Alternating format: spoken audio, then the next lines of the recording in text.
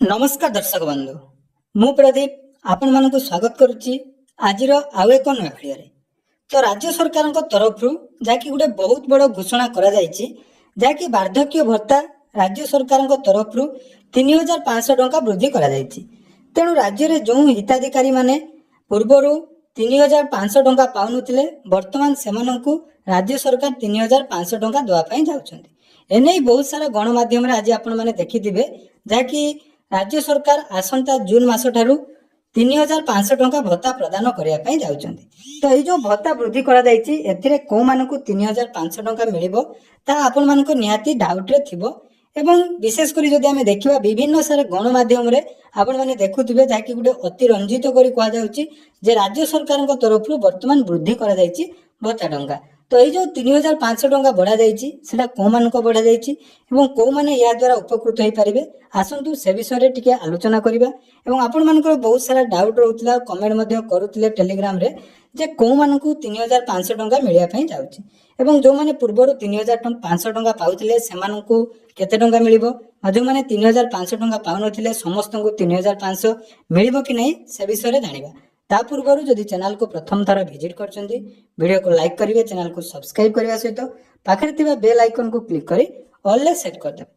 तो देखंतु राज्य सरकार को तरफ गुटे निर्वाचन पूर्वरु गुटे घोषणा करा जायतिला जे राज्य रे बीजेपी सरकार गठन कला परे समस्त को 3000 टंका एवं 3500 टंका भत्ता प्रदान करिवो किंतु परवर्ती समय रे जाकी सेही कथाटी जाकी परिवर्तन हेतिला जेमिति गुटे कथारे अछि कथा आपण माने जदि जोडा कहिचंती ताकू जदि पूर्ण करनांती तार आंशिक काम जदि आपण माने कर दोचंती ताले आपण माने कहि परिबे जे मु जोडा कहिथिली सेटा पूर्ण कली। तो सेही भली कथा सरकार कहिथिले 3500 देबे किंतु परवर्ती समय रे सेटा परिवर्तन हे जायतिला जे 3500 केवल से मानकु मिलला जो मानकर बयस 80 वर्ष रु ऊर्ध्व अछि एवं जो माने 80% रु अधिक विकलांग रहिचंती सेमानकु जाकी मासिक 3500 टंका प्रदान करा देबला।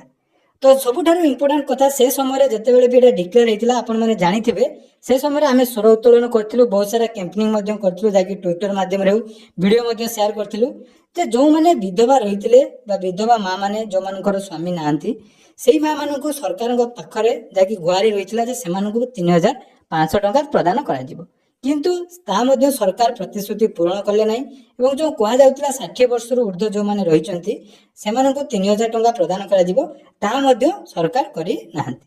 तेणु वर्तमान जो टंका वृद्धि करा जायछि जे को मानकु आपण मानकर जून मास रे 3500 टंका मिलिया पई जाउछि से विषय आगे आलोचना करबा। कि पारुतबे जाकी पेपर माध्यम रे जाकी डिक्लेयर हेछि बढिला भत्ता टंका जून मास रु मिलिबो 3500 टंका 80 भाग रु ऊर्ध्व दिव्यांगों पई बढिला भत्ता एणिकी 3500 टंका आपण मानकु भत्ता मिलिबो जोटा कि जून 2025 रु लागू होबा पई जाउछि। सरकारकर एही पदक्षेप अनुसार 2025 मसिया जून मास सुधा जो वरिष्ठ नागरिक बयस 80 वर्ष अतिक्रम करिथिबो सेमानकु सरकार एणिकी 3500 टंका देबे।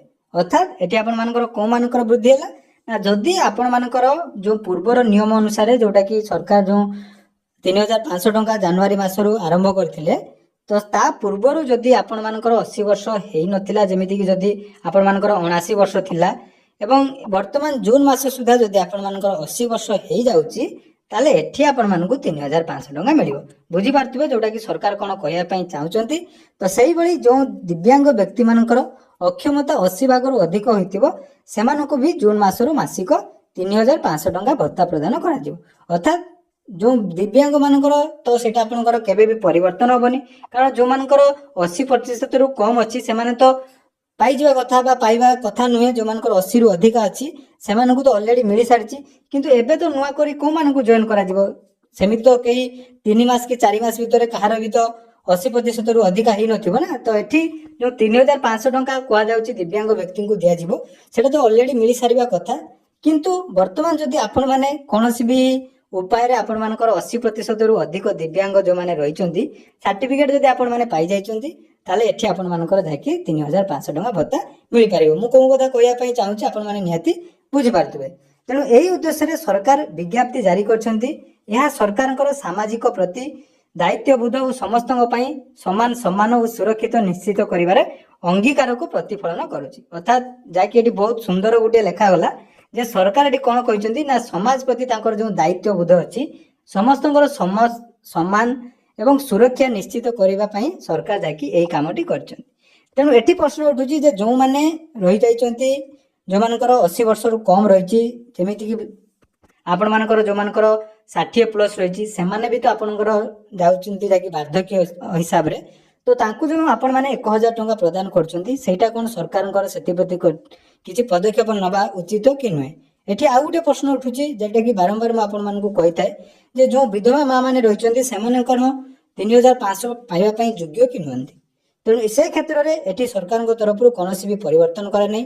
କେବଳ ଗଣମାଧ୍ୟମରେ ଯାଇକି ଗୋଟେ ସୁନ୍ଦର ସୁନ୍ଦର ଯାଇକି ଭାଷଣ ଦିଆଯାଉଛି ଯେ ଆମେ ବାର୍ଦ୍ଧକ୍ୟ ଭତ୍ତାକୁ ବୃଦ୍ଧି କରିଛୁ 3500 ଟଙ୍କା ପହଞ୍ଚାଇ ଦେଇଛୁ ଏବଂ 3500 ଆମେ କହିଥିଲୁ ସେଇଟା ଦେଉଛୁ, କିନ୍ତୁ ସେଇଟା କେଉଁମାନଙ୍କୁ ମିଳୁଛି ସେଇଟା ମାନେ ଆପଣମାନେ ବୁଝିବା ଦରକାର।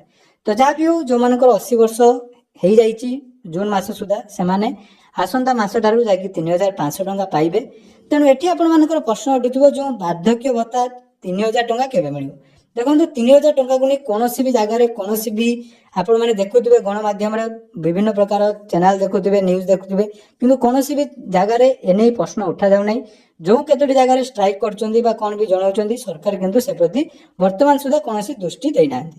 ଏହା ସହିତ ଯେଉଁ ଦିବ୍ୟାଙ୍ଗମାନଙ୍କର 80% କୁହାଗଲା ତ 80% ଯେଉଁମାନଙ୍କର ସାର୍ଟିଫିକେଟରେ ନାହିଁ ବା ସେମାନଙ୍କର ଯେଉଁମାନଙ୍କର 50%, 60, 70% ଅଛି ବା ଯେଉଁମାନେ ବି ସେମାନେ ବି କାମ କରିବା ପାଇଁ ଅକ୍ଷମ ସେମାନଙ୍କୁ ମଧ୍ୟ ଏଥିରେ ସାମିଲ କରାଗଲା ନାହିଁ। ତେଣୁ ଆପଣମାନଙ୍କୁ ଯେଉଁ କୁହାଯାଉଛି ଆପଣମାନେ ଭାବୁଛନ୍ତି ଯେ 3500 ଟଙ୍କା ସମସ୍ତଙ୍କୁ ମିଳିବ, ସେମିତି କିଛି ନାହିଁ। ଯେଉଁମାନଙ୍କର ବୟସ ଜୁନ୍ ମାସ ସୁଦ୍ଧା 80 ବର୍ଷ ହେଇଥିବ ସେମାନେ ହିଁ 3500 ଟଙ୍କା ପାଇବେ। ତ ଏଠି ଆପଣମାନଙ୍କର ଯାହାକି କହିବାର ଉଦ୍ଦେଶ୍ୟ ଯେ ସରକାର ଯେଉଁ ପ୍ରତିଶ୍ରୁତି ଦେଇଛନ୍ତି ତାହା କେବେ ପୂରଣ ହେବ। ଆଉ ଗୋଟିଏ ମାସ ପରେ ଯାଇକି ସରକାର 1 ବର୍ଷ ପୂର୍ତ୍ତି ପାଳନ କରିବେ। ତେଣୁ ସେଠି ସରକାରଙ୍କ ଯେଉଁ ଆଭିମୁଖ୍ୟ ରହିଛି ଲୋକମାନଙ୍କୁ ବାର୍ଦ୍ଧକ୍ୟ ଭତ୍ତାକୁ ନେଇ ତା ହିସାବରେ ଆପଣମାନେ କ'ଣ ପଦକ୍ଷେପ ନିଆଯିବ ଅପେକ୍ଷା କରନ୍ତୁ। ପରବର୍ତ୍ତୀ ସମୟରେ ଆପଣମାନଙ୍କର ଯାହାକି ସରକାର ଏନେଇ କୌଣସି ବ୍ୟବସ୍ଥା କରିପାରନ୍ତି। ଏହା ସହିତ ଯେଉଁମାନେ 80% ବିକଳାଙ୍ଗ ଅଛନ୍ତି ଏବଂ ପୂର୍ବ ଥରେ ଆପଣମାନେ ପାଇପାରିନାହାନ୍ତି, ବହୁତ ସାରା କମେଣ୍ଟ ରହୁଥିଲା ଯେ 80 ବର୍ଷ ଯେଉଁମାନଙ୍କର ହେଇଯାଇଥିଲା ସେମାନେ କେମିତି ପାଇବେ।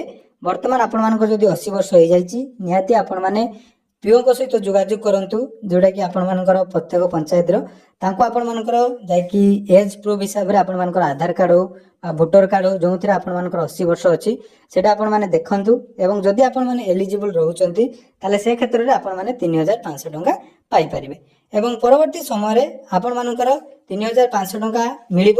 ଏ ମାସ ମଧ୍ୟ ଆପଣମାନେ ଜାଣିଥିବେ 400 ଟଙ୍କା ଅଧିକ ଦିଆଯାଇଥିଲା। ତେଣୁ ଯେଉଁମାନେ ପାଇବା ପାଇଁ ଯୋଗ୍ୟ ସେମାନେ ନିହାତି ନିଜ ନିଜର VLWଙ୍କ ସହିତ ଯୋଗାଯୋଗ କରନ୍ତୁ ବା ପିଓଙ୍କ ସହିତ ଯୋଗାଯୋଗ କରନ୍ତୁ। ସେ ଆପଣମାନଙ୍କୁ ନିହାତି ବତାଇ ଦେବେ କେମିତି ଆପଣମାନେ ସେ 3500 ଟଙ୍କା ପାଇବେ। ତେଣୁ ଆପଣମାନଙ୍କୁ ଭିଡ଼ିଓ ମାଧ୍ୟମରେ ଏତିକି ରିକ୍ୱେଷ୍ଟ, ନିହାତି ଭିଡ଼ିଓକୁ ବହୁତ ମାତ୍ରାରେ ସେୟାର କରନ୍ତୁ ଯାହାକି ସରକାରଙ୍କ ପାଖରେ ଏହି କଥାଟି ପହଞ୍ଚିବା ନିହାତି ଦରକାର, ଯେମିତିକି ପରବର୍ତ୍ତୀ ସମୟରେ ଯେଉଁମାନେ ବି 80%ରୁ କମ୍ ଅଛନ୍ତି ବିଶେଷ କରି ବିଧବା ମା ମାନଙ୍କୁ ମଧ୍ୟ 3500 ଟଙ୍କା ଦେଲେ ସମସ୍ତେ ଏହା ଦ୍ୱାରା ଉପକୃତ ହେଇପାରିବେ।